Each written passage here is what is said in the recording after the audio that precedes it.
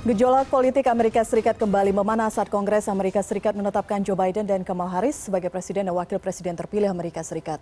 Proses penetapan sempat dinodai dengan insiden penyerbuan oleh pendukung Trump yang memaksa masuk ke Capitol Hill untuk membatalkan hasil sidang Kongres. Kita akan gali lebih dalam terkait dinamika politik Amerika Serikat saat ini bersama narasumber yang telah terhubung melalui sambungan Zoom, Dino Patijalal, Duta Besar Indonesia untuk Amerika Serikat periode 2010 hingga 2013. Selamat malam Pak Dino. Selamat malam Elvira, apa kabar? Alhamdulillah sehat, semoga kondisi sehat juga bagi Pak Dino. Mari berbicara mengenai respon awal Pak Dino ketika mengetahui adanya kericuhan yang terjadi di Capitol Hill. Karena ini untuk pertama kalinya terjadi di Amerika Serikat. Shock, saya kira semua orang shock sekali. Orang yang mengetahui budaya politik Amerika Serikat, yang mengetahui mengenai rule of law di sana dan bagaimana etika kelembagaan di sana, semua sangat shock bahwa hal seperti ini bisa terjadi, apalagi Amerika selama ini memposisikan diri sebagai demokrasi kedua terbesar di dunia dan juga sebagai contoh atau model dari demokrasi. Dan saya kira sekarang ini banyak orang yang sangat concern ya melihat demokrasi di Amerika Serikat menjadi dysfunctional ya, menjadi memalukan seperti ini, dan bahkan pemimpin-pemimpin dunia termasuk sekutu Amerika Serikat sendiri juga mengeluarkan rasa prihatin terhadap apa yang terjadi di Amerika Serikat ini. Jadi ini suatu hari yang sangat buruk, yang sangat hitam bagi sejarah demokrasi Amerika dan juga sangat memalukan terutama bagi orang Amerika Serikat sendiri. Baik, menurut Anda sepenuhnya Presiden Trump bertanggung jawab atas hal ini? Tentu nanti harus dicari bukti-buktinya ya. Okay. Tapi kalau perasaan saya adalah yang jelas dia menghasut orang-orang ini dan memberikan berbagai kebohongan dan pernyataan yang keliru, membakar emosi mereka sehingga terjadi aksi ini. Ya, paling tidak dia menghasut ya. Itu sudah jelas. Tapi apakah dia tahu mengenai rencana spesifik bahwa orang-orang ini akan menyerang Capitol Hill? Itu menurut saya sangat mungkin, walaupun tentu perlu dibuktikan. Tapi bahwasanya dia setelah itu, Presiden Trump itu bicara mengenai para penyerang Capitol Hill ini dengan kata-kata "we love you", itu aja udah nggak benar, ya kan? Seharusnya dia tegas dong, mengatakan ini hal yang memalukan, anti demokrasi dan lain sebagainya, ketimbang hanya bilang ayo silakan pulang ke rumah masing-masing ya, bohong dan we love you. Jadi suatu ucapan yang sangat aneh dari seorang presiden di Amerika Serikat. Jadi itu semakin meyakinkan saya bahwa dia lebih dari sekedar kaget melihat situasi ini. I think he knows something at least. Kalau tidak mungkin dia juga ikut bukan ikut ya, tapi dia tahu mengenai rencana dia dan mungkin ada kaitannya. Oke. He knows something, mungkin ya memiliki informasi itu, tapi seperti Pak Dino sampaikan harus ada penyelidikan yang lebih mendetail lagi untuk mengaitkan dua hal ini. Tapi kita melihat bagaimana sejumlah petinggi pejabat Amerika Serikat kemudian mengundurkan diri setelah insiden ini. Menurut Anda bagaimana sekarang konflik kebatinan para elit di Amerika Serikat karena mengingat apa yang terjadi hari ini, Pak Dino mengatakan tadi cukup memalukan? Kalau saya melihat sekarang dinamikanya sudah berubah karena pertama sudah jelas Biden akan menjadi presiden dan sudah disertifikasi oleh Kongres yang kebetulan juga dipimpin oleh Mike Pence ya, Wakil Presiden Mike Pence. Mike Pence sendiri juga sudah sangat tegas menyatakan bahwa hasil ini sah, dan Presiden Trump juga menyatakan nanti akan ada transisi yang tertib gitu ya. Tapi yang jelas Presiden Trump telah membuktikan dirinya adalah presiden terburuk dalam sejarah Amerika Serikat. Dia tidak punya etika, dia tidak punya akhlak, dia sangat egois, narsis, dan akan melakukan apapun untuk mempertahankan kekuasaan. Dan ini kan kemarin juga terbukti sewaktu rekaman pembicaraannya dengan pejabat pemilu di Georgia. Dia minta agar tolong dicarikan saya 11.000 suara ya agar saya bisa menang gitu. Itu aja sudah salah dan melanggar hukum. Jadi orang ini memang tidak peduli apa yang dihancurkannya selama dia tetap berkuasa. Dan amin, alhamdulillah dia kalah dalam pemilu ini, kalahnya cukup telak gitu ya.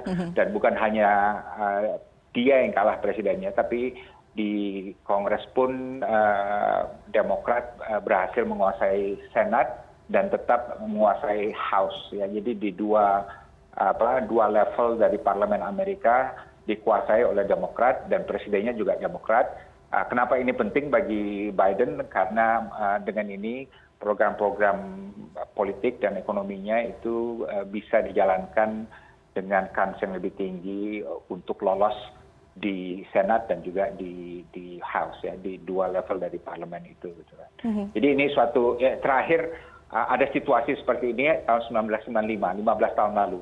Karena setelah itu selalu DPR Amerika itu dikuasai oleh salah satu dari dua partai atau oleh Partai Republik ya. Jadi ini suatu hal yang saya kira juga positif bagi Biden dan bagi reformasi politik Amerika ke depan.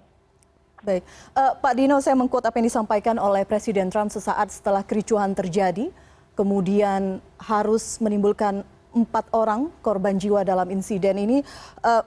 Yang disampaikan Presiden Trump, meskipun saya sama sekali tidak setuju dengan hasil pemilu, namun akan ada transisi kekuasaan yang tertib pada 20 Januari mendatang. Masih akan ada hitungan hari. Apakah kita bisa berharap bahwa tidak ada aksi-aksi politik lain yang dilakukan Trump? Bagaimana Anda membaca ini? Saya kira kita akan tetap melihat surprises ya, sampai tanggal 20 Januari ke depan.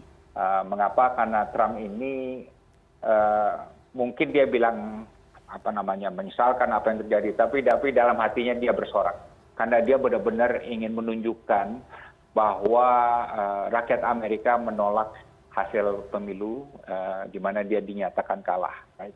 Jadi hatinya itu bersorak dalam hati melihat adanya aksi melabrak Kongres hari ini. Right?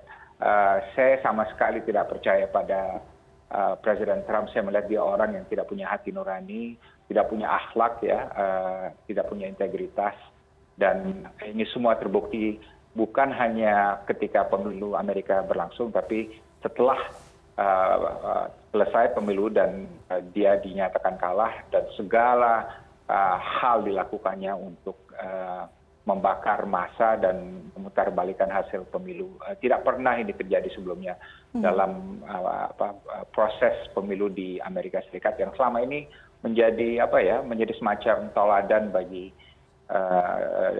demokrasi lain.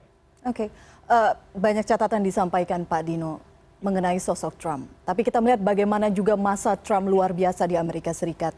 Ketika Presiden Trump nanti tidak berkuasa lagi, apakah Trump masih bisa dihitung sebagai tokoh yang cukup diperhitungkan dalam dunia politik internasional? Apakah mungkin arahnya ke sana, ada peluangnya Pak Dino? Malah saya ingin memprediksi, ini saya pernah prediksi 2-3 bulan lalu, dan dulu orang bilang nggak mungkin, tapi sekarang orang bilang, kamu mungkin benar juga ya. Saya prediksi mungkin Trump akan mencalonkan dirinya lagi sebagai presiden tahun 2024. Ya, karena egonya begitu besar, sehingga dia akan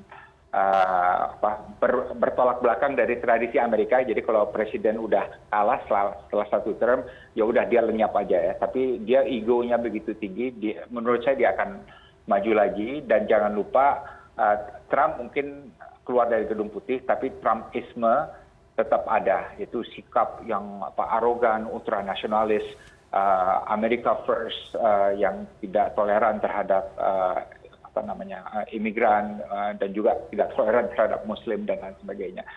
Itu akan tetap ada ya, sikap anti globalisasi, proteksionis, dan lain sebagainya. Karena jangan lupa 74 juta orang ya, sekitar segitu yang memilih Donald Trump. Right? Jadi dia akan tetap ada, dan semangat politik Trump akan tetap ada, dan ini akan menyusahkan Biden nanti ya, tapi bagi Biden sendiri, alhamdulillah dia menguasai Senat ya, walaupun tipis sekali, dan dia juga menguasai House ya, DPR yang tingkat bawah gitu. Jadi mungkin akan ada mobilitas politik yang lebih jernih dalam 4 tahun ke depan. Gitu.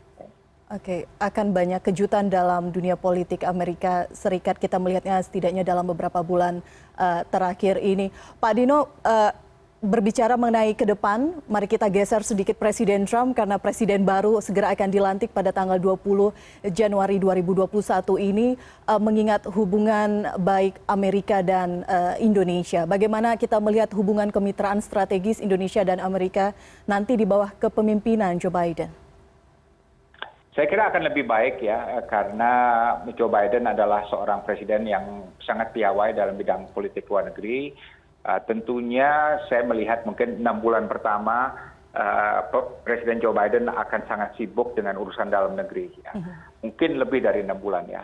Dan apalagi COVID semakin parah di Amerika Serikat, masalah distribusi vaksin amburadul ya, target berapa juta orang yang tadinya ditargetkan Trump akhir tahun lalu masih jauh dari harapan, dari realisasi, dan ekonomi Amerika masuk dalam resesi. Jadi dia tidak bisa terlalu jauh memperhatikan politik luar negeri, dan Asia Tenggara pun juga kita juga mungkin